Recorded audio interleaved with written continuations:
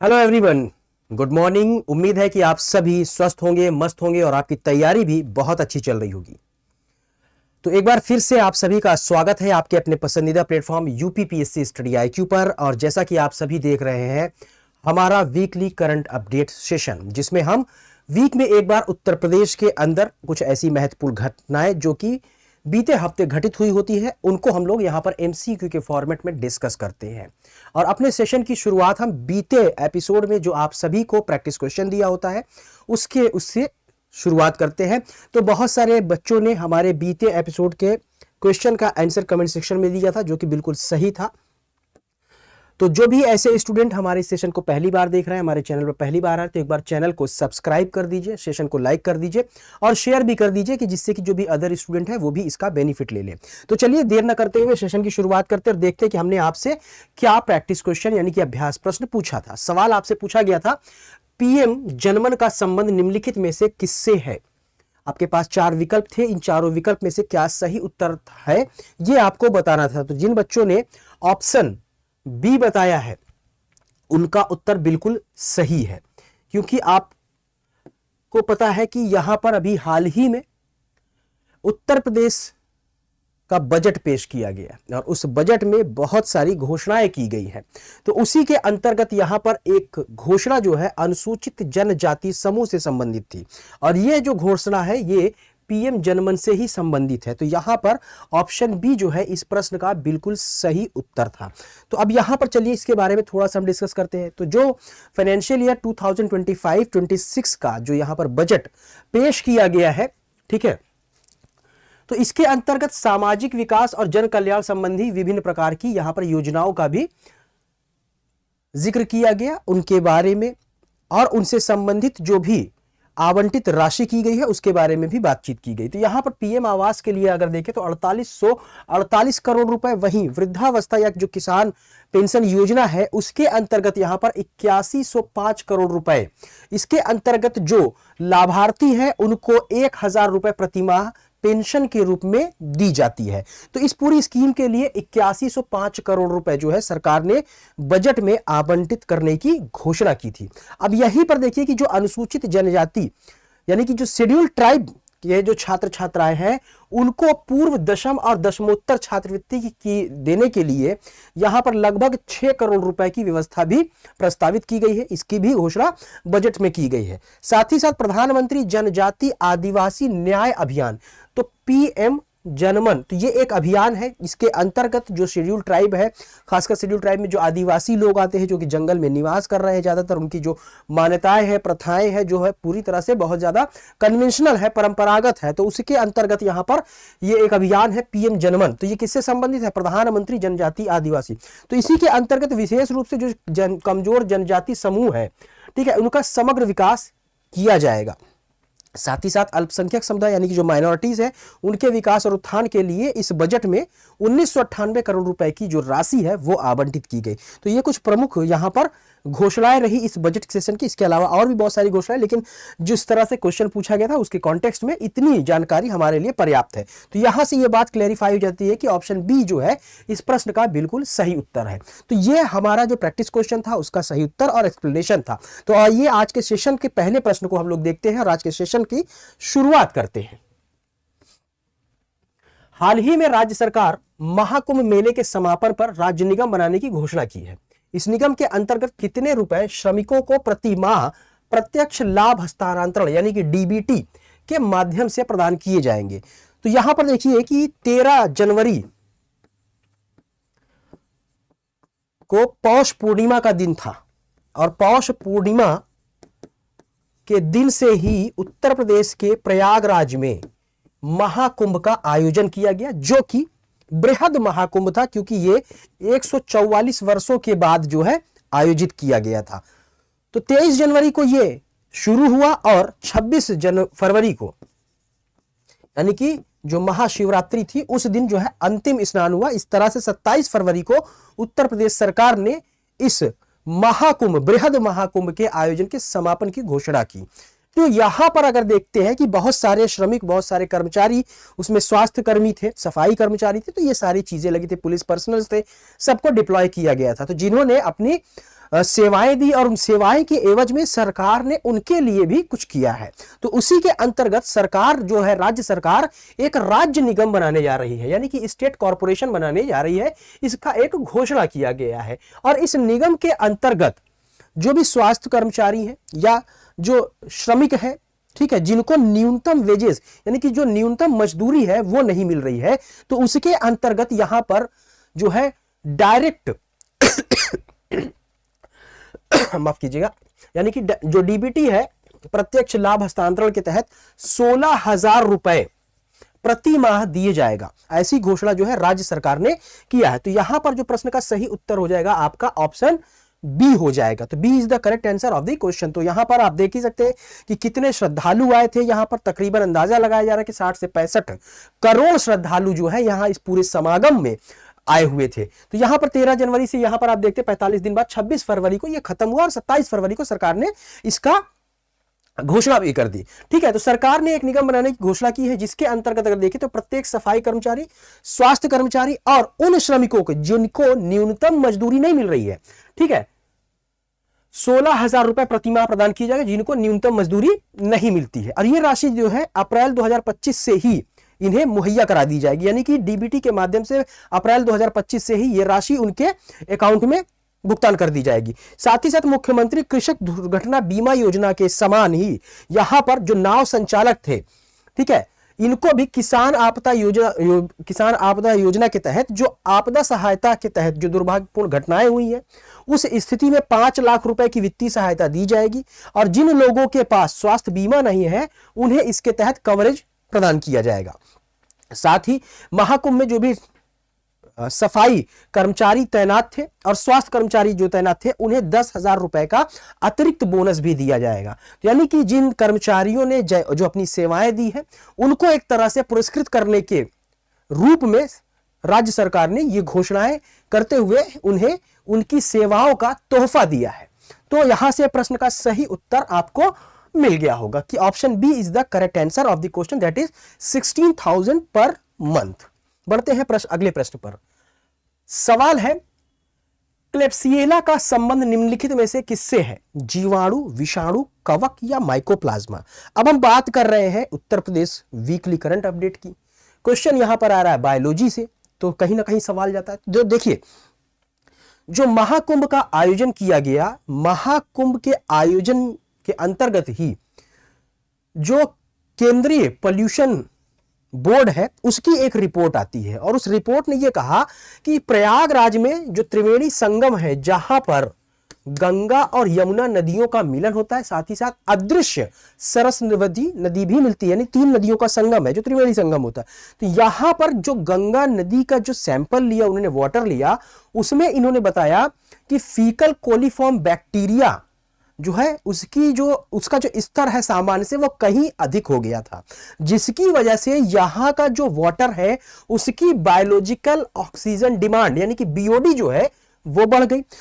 तो इसकी वजह से ये जो पानी यहां पे रहा वो ना तो पीने योग्य रह गया और ना ही स्नान करने योग्य रह गया था। ये बात केंद्रीय पोल्यूशन जो बोर्ड है उसकी रिपोर्ट के अनुसार कही गई। तो अब यहां पर जो फीकल कोलीफॉर्म बैक्टीरिया है उसी का ही एक रूप जो है आपका क्लेब्सिएला भी है। इसी में ई कोलाई, जिसे इकरिशिया कोलाई कहते हैं, वो भी शामिल है। तो वो भी फीकल कोलीफॉर्म बैक्टीरिया का ही रूप है। तो बैक्टीरिया को हम क्या कहते हैं? जीवाणु कहते हैं। तो प्रश्न का सही उत्तर आपका बैक्टीरिया हो जाएगा। प्रश्न लग रहा है कि बायोलॉजी का है, नो डाउट बायोलॉजी का है, लेकिन इसको कोरिलेट कर दिया गया है करंट से। तो जरूरी नहीं कि सीधे सीधे आपको फीकल कोलीफॉर्म बैक्टीरिया ही दे, तो आपको यहां पर ध्यान रखना है। अब यहां पर अगर हम बात करें, जो फीकल कोलीफॉर्म बैक्टीरिया है ये हमारी आंतों में और जो मल होता है, ठीक है, उसमें मौजूद होता है काफी बड़ी मात्रा में। तो यहां पर देखिए कि जो केंद्रीय प्रदूषण नियंत्रण बोर्ड है उसने एक रिपोर्ट जारी की और उसने ये कहा कि संगम पर जो फीकल कोलीफॉर्म बैक्टीरिया है उनका स्तर प्रति 100 मिलीलीटर जल में 2500 यूनिट की सुरक्षित सीमा से कहीं अधिक है। तो इसकी वजह से यहां का जो पीने का पानी है वो नहाने और पीने के लिए पूरी तरह से अनुपयुक्त हो गया है, जिससे स्वास्थ्य पर गंभीर असर हो सकता है। तो फीकल कोलीफॉर्म बैक्टीरिया की बात करें तो यह पानी में संभावित प्रदूषण के संकेतक के रूप में जाना जाता है। यानी कि अगर इनकी संख्या जो है सामान्य से अधिक हो जाती है तो यह कहा जाता है कि ये जो वाटर है जिसमें ये मौजूद है वो पीने के लिए उपयुक्त नहीं है, इससे गंभीर समस्याएं हो सकती हैं। अब कौन कौन से इसके अन्य कोलिफॉर्म बैक्टीरिया है, तो इसमें देखिए एचेरिशिया इकोलाई जिसे हम कहते हैं, उसके अलावा क्लेप्सिएला है और इकोलाई यहां पर है, एस्चेरिशिया भी है। कौन कौन सी बीमारियां हो जाती हैं, तो दूषित पानी से आपको पता है कि टाइफाइड सबसे पहले बीमारी होती है, हेपेटाइटिस ए होती है जो कि बाद में जाकर के hepatitis B, hepatitis C, liver cirrhosis में कन्वर्ट हो जाती है। जठरांत्र संक्रमण हो सकता है, त्वचा और नेत्र संबंधी यहां पर व्याधियां हो सकती हैं। इसके अलावा रेस्पिरेटरी संबंधी बहुत सारी यहां पर बीमारियां भी हमें देखने को मिलती है अगर हम दूषित वाटर यानी कंटामिनेटेड वाटर का हम यहां पर उपयोग करते हैं। तो ये पूरी की पूरी जो जानकारी रही आपका जो फीकल कोलिफॉर्म जो संगम के जल पर पाया गया है उससे संबंधित रही, ये बायोलॉजी से भी संबंधित एक प्रश्न है। तो चलिए अगले प्रश्न पर बात करते हैं। सवाल है सौर निर्जलीकरण तकनीक यानी कि सोलर डिहाइड्रेशन टेक्नोलॉजी निम्नलिखित में से किस संस्थान के द्वारा विकसित की गई है? आईआईटी रुड़की, आईआईटी कानपुर, बनारस हिंदू विश्वविद्यालय यानी कि बीएचयू या ट्रिपल आईटी प्रयागराज। तो यहां पर देखिए कि जो सौर निर्जलीकरण तकनीक यानी कि सोलर डिहाइड्रेशन टेक्नोलॉजी है, इसका विकास जो है आईआईटी कानपुर के द्वारा किया गया है, लेकिन इसमें नाबार्ड और छत्रपति साहू जी महाराज विश्वविद्यालय दोनों का योगदान रहा, यानी कि इन कोलैबोरेशन। लेकिन अगर हम प्राइमरीली देखते हैं तो ये पूरा का पूरा प्रोजेक्ट आईआईटी कानपुर का था। तो आईआईटी कानपुर ने नाबार्ड और छत्रपति साहू जी महाराज विश्वविद्यालय के जो फूड प्रोसेसिंग डिपार्टमेंट है वहां के जो एम्प्लॉइज है, वहां पे जो साइंटिस्ट है, शोधकर्ता है, उनके साथ मिलकर के किसानों की आय को बढ़ाने और साथ ही साथ फसल की जो बर्बादी हो जाती है उसको कम करने के लिए, यानी कि पराली वगैरह जो होती है ना, उसको कम करने के लिए एक नई तकनीक इजाद की है जिसको हमने नाम क्या दिया इन्होंने, सोलर डिहाइड्रेशन टेक्नोलॉजी। और यह एक पर्यावरण अनुकूल जो है तकनीक होगी जो कि ऊर्जा की तो बचत करेगा ही, साथ ही साथ जो इन्वायरमेंट है उस पर पॉजिटिव इफेक्ट भी डालता है, यानी कि सकारात्मक प्रभाव डालेगा। इसके अंतर्गत अगर हम देखते हैं तो पहले ही इसके जो पहला चरण था, इसके तहत लगभग 30 किसानों को सोलर डिहाइड्रेशन तकनीक का प्रशिक्षण यानी ट्रेनिंग दी गई है। किसानों को टमाटर में फ्री ट्रीटमेंट और सोलर ड्राइंग की लाइव डिमॉन्स्ट्रेशन भी दी गई है, जिससे कि उन्हें पता चल सके कि इसका इस्तेमाल उपयोग कैसे करना है, जिससे वे इस तकनीक के अपनी खेती में लागू कर सके। तो ये यहां पर ध्यान रखिएगा, छत्रपति साहू जी महाराज और नाबार्ड। अब यहां पर आपको एक सवाल बताना है कमेंट सेक्शन में कि नाबार्ड की जो स्थापना है ये किस ईयर में हुई थी और इसका जो स्थापना की गई थी किस उद्देश्य से की गई थी, क्या इसका पर्पज रहा है, ये दो चीजें आपको कमेंट सेक्शन में बताना है। ठीक है, चलिए अगला प्रश्न देखते हैं। देश के पहले बायोपॉलीमर संयंत्र का शिलान्यास हाल ही में कहां किया गया? लखीमपुर खीरी, बहराइच, रामपुर या वाराणसी? तो अभी देखिए कि न केवल उत्तर प्रदेश बल्कि पूरे देश यानी कि पूरे भारत का जो पहला बायोपॉलीमर संयंत्र है इसका जो है शिलान्यास कहां पर किया गया है? लखीमपुर खीरी में किया गया है। तो अब यहां पर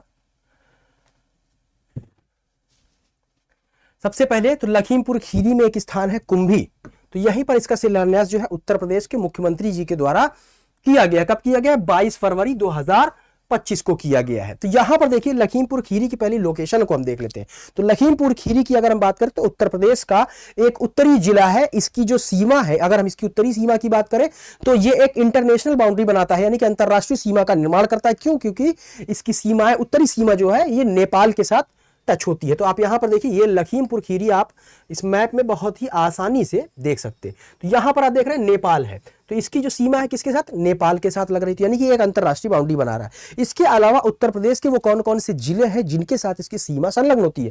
तो यहां पर आप देख सकते हैं पीलीभीत है, फिर शाहजहांपुर है आपको, फिर हरदोई है, फिर सीतापुर है, फिर बहराइच है। तो कुल मिलाकर के 1 2 3 4 5 यानी कि उत्तर प्रदेश के 5 जिले और एक जो है अंतरराष्ट्रीय सीमा का निर्धारण करता है, सीमा बनाता है नेपाल के साथ मिलकर के। तो ये इसकी एक ज्योग्राफिकल लोकेशन हो गई। तो अब यहां पर ये देखिए आप जिस तरह से देख सकते हैं जो ये संयंत्र है बायोपॉलीमर उसको पूरा ये दिखाया गया है, यहां पर ये एस्टेब्लिश किया गया, मतलब बनाया जा रहा है, शिलान्यास हुआ है, अभी बनेगा नहीं, बनेगा, ये पूरा शिलान्यास किया गया है।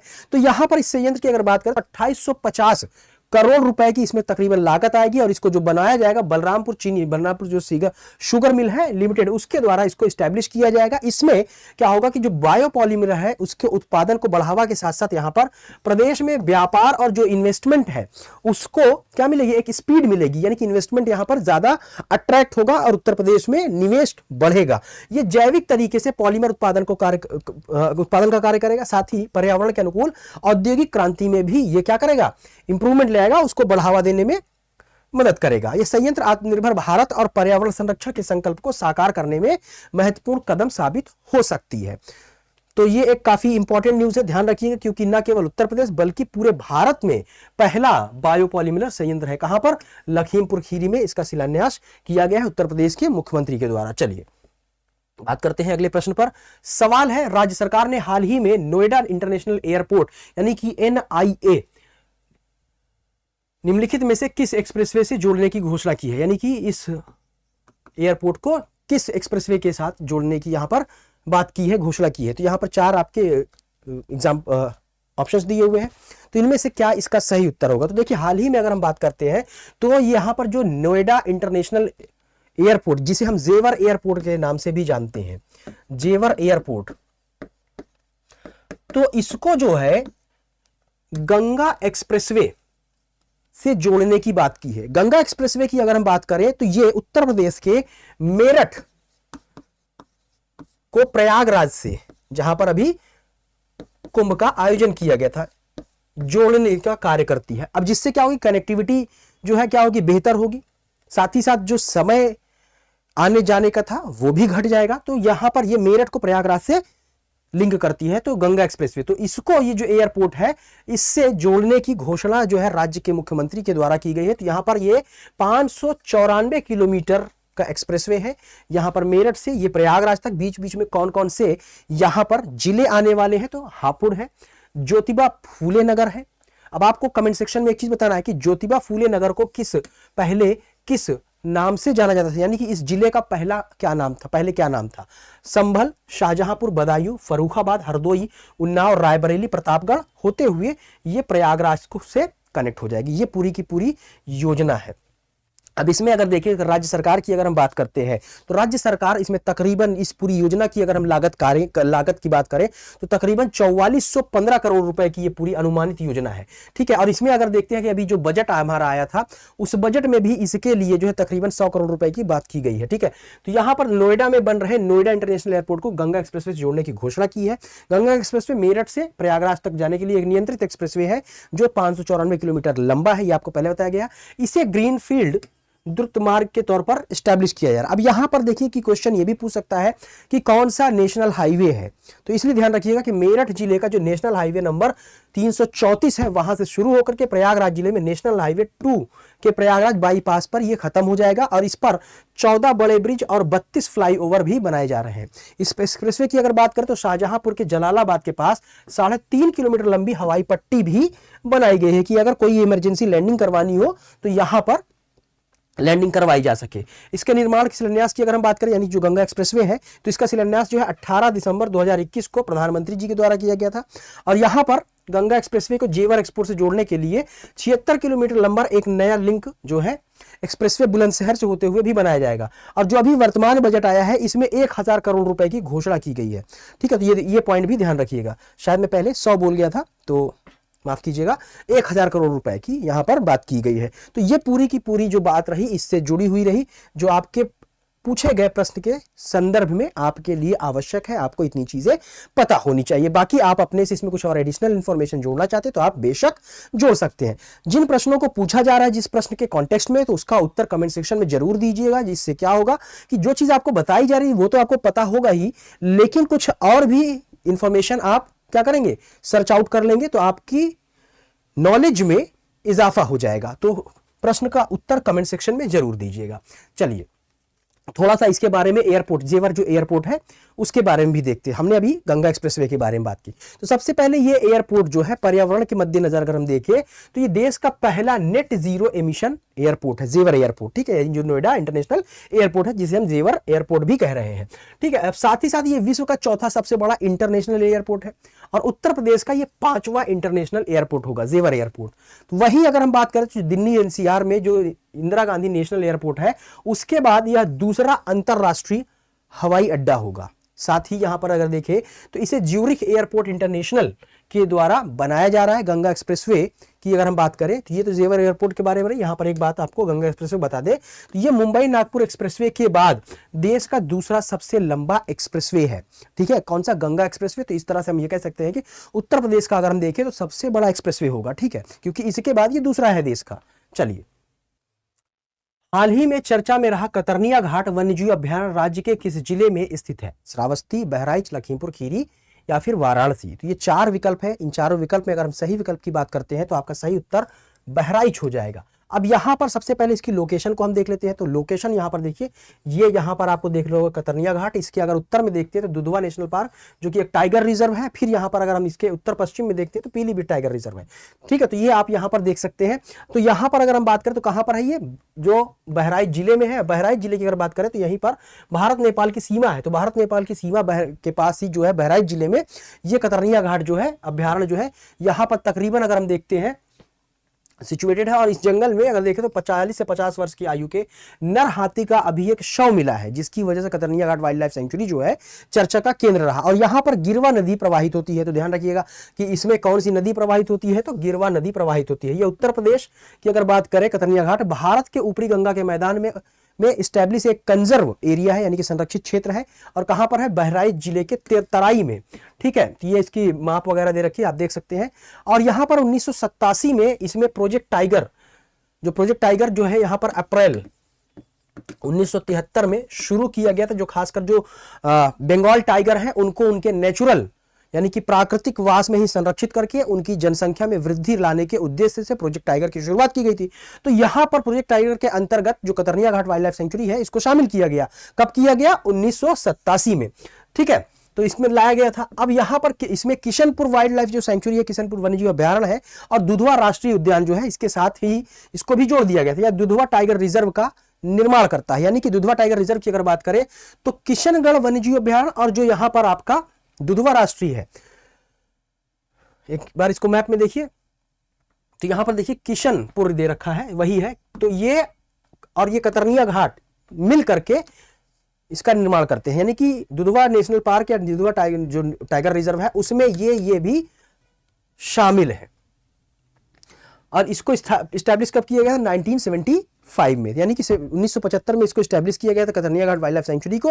और 1987 के अंतर्गत इसको क्या कर दिया गया था? इसको प्रोजेक्ट टाइगर में शामिल कर दिया गया था। यहां पर घड़ियाल, बाघ, गैंडे, गंगा डॉल्फिन है, दलदली हिरन है, ठीक है, हिस्पिड खरगोश है इत्यादि यहां पर पाए जाते हैं। बंगाल फ्लोरिकन है, सफेद पीठ वाले और लंबी चोंच वाले गिद्ध सहित यहां पर कई लुप्त प्रजातियां आपको देखने को मिलती हैं। तो यहां पर इस तरह से प्रश्न का जो आपका सही उत्तर हो जाएगा ऑप्शन बी, यानी कि बहराइच हो जाएगा। ठीक है, चलिए अगले प्रश्न पर चर्चा करते हैं। उत्तर प्रदेश के अलावा भारत के किस राज्य में रक्षा गलियारा के जरिए रक्षा विनिर्माण केंद्र स्थापित किया जा रहा है? तमिलनाडु, हरियाणा, मध्य प्रदेश या कर्नाटक? तो देखिए अभी एक घोषणा की गई है कि जो आपकी ब्रह्मोस मिसाइल है उसका जो है निर्माण उत्तर प्रदेश की राजधानी लखनऊ में इसी वर्ष यानी कि वर्ष 2025 में ही मई जून में इसका जो है निर्माण शुरू हो जाएगा। अब ब्रह्मोस मिसाइल की अगर हम बात करते हैं तो ये पूरा का पूरा जो है एक तरह से रक्षा क्षेत्र के अंतर्गत, निर्माण क्षेत्र के अंतर्गत आता है। तो यहीं पर अगर हम देखें तो उत्तर प्रदेश में तो हो ही गया, आपको पता है। तो यहां पर रक्षा निर्माण केंद्र स्थापित कहां किया जा रहा है? तो भारत के दो राज्य, एक तो उत्तर प्रदेश है, दूसरा आपका तमिलनाडु है। तो यहां पर रक्षा निर्माण केंद्र स्थापित किया जा रहा है, क्या? रक्षा गलियारा के रूप में। तो दूसरा आपका सही उत्तर हो जाएगा तमिलनाडु। ठीक है, तो तमिलनाडु में भी है। तो आपका आंसर तो मिल गया, लेकिन अब हम बात कर लेते हैं थोड़ा सा इसके बारे में। सबसे पहले हमें यहां पर आपको थोड़ा सा ब्रह्मोस मिसाइल के बारे में बता दें। हालांकि आपको पता ही है कि ये भारत और रूस का एक संयुक्त रूप से क्या है, उद्यम है। अगर हम इसकी मारक क्षमता की बात करें तो तकरीबन 290 किलोमीटर इसकी मारक है। इसे फायर एंड फॉरगेट यानी कि दागो और भूल जाओ के सिद्धांत पर यह काम करती है। यानी कि अगर आपने इसको एक बार दबा दिया, फायर कर दिया, तो आप चाहो तो इसे बीच में रोक लो तो नहीं रोक सकते हो, यानी कि अपने टारगेट को हिट कर देगी। ठीक है, दागो और भूल जाओ, फायर एंड फॉरगेट के सिद्धांत पर यह कार्य करने वाली है। वहीं इसकी स्पीड की बात करें तो इसकी जो मैक्सिमम स्पीड होती है वो तकरीबन 3 मैक, हालांकि 2.8 मैक होती है, तो इसलिए तकरीबन अप्रोक्सीमेट 3 मैक हम कर देते हैं। यानी कि जो ध्वनि की चाल है वायु में उसकी 3 गुना, ध्वनि की वायु में जो चाल होती है 332 मीटर प्रति सेकंड होती है।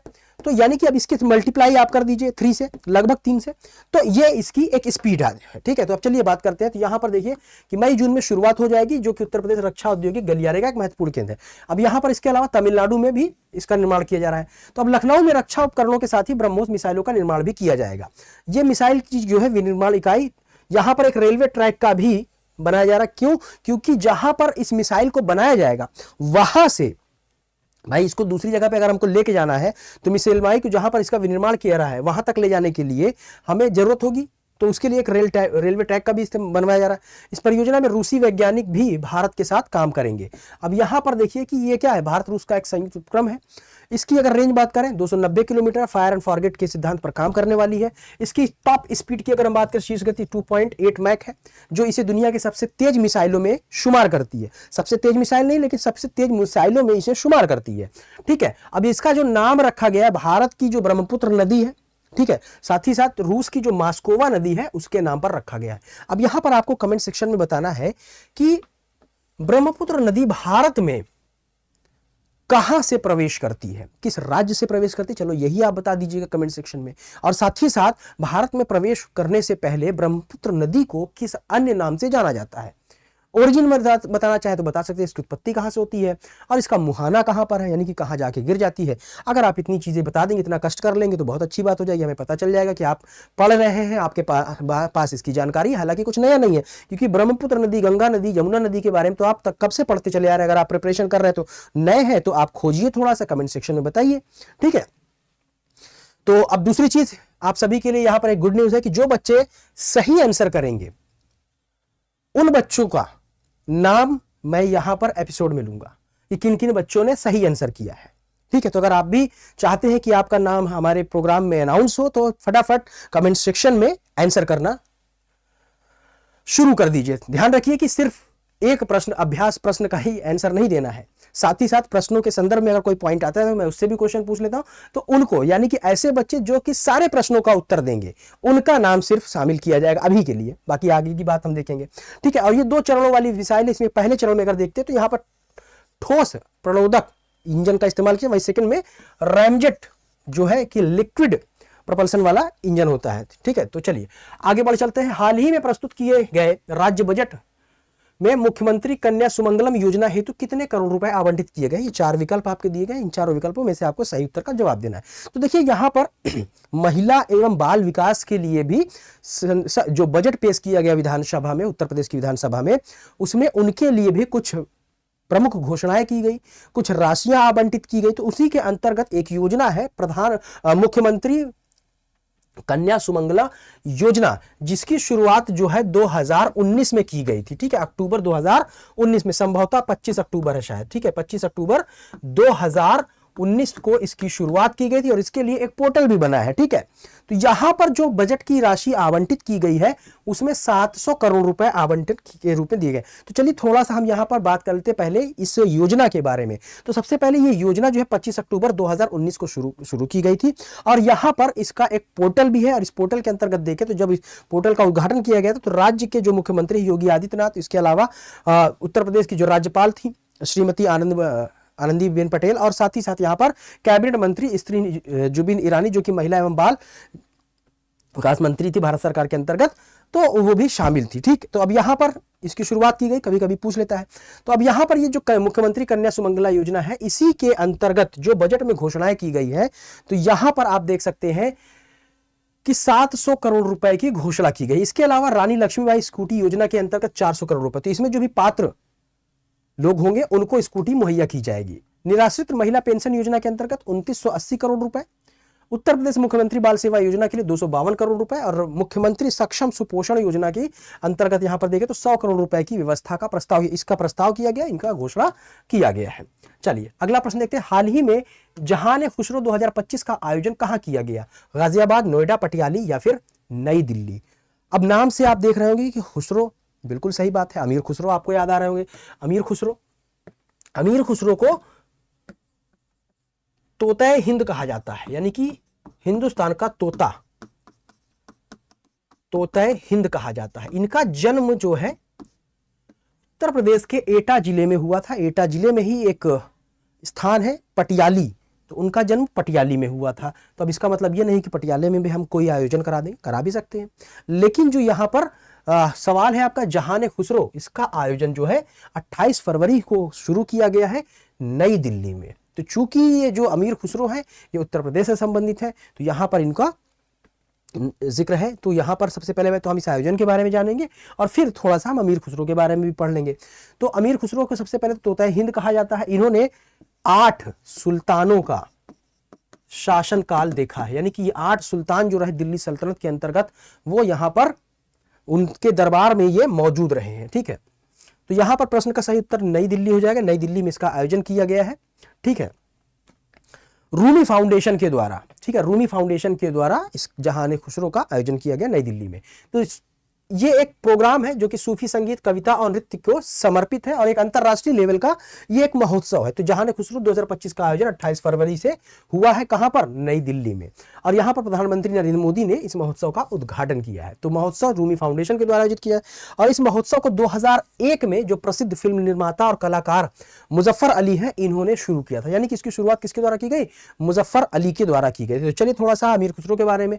तो तोता हिंद अबुल हसन, यानी कि इनका जो पूरा नाम था, यानी कि वास्तविक नाम जो था अबुल हसन था, जो कि बाद में अमीर खुसरो के नाम से प्रसिद्ध हुए और इन्हें तोता हिंद की उपाधि दी गई थी। तो इनका जन्म कहां पर हुआ? 1253 ईस्वी में और 642 हिजरी जो इस्लामिक कैलेंडर है उसकी हम बात करें तो यहां पर उत्तर प्रदेश के एटा जिले में पटियाली नामक स्थान में या एक कस्बे में हुआ था। इन्होंने 8 सुल्तानों का शासन देखा था। इनके द्वारा कुछ महत्वपूर्ण कृतियां जिन्हें हम तोहफा तुस सिगर, बाकिया ना किया, तुगलकनामा और नो सिफर, कहीं कहीं पर नो सिफर भी बोलते हैं।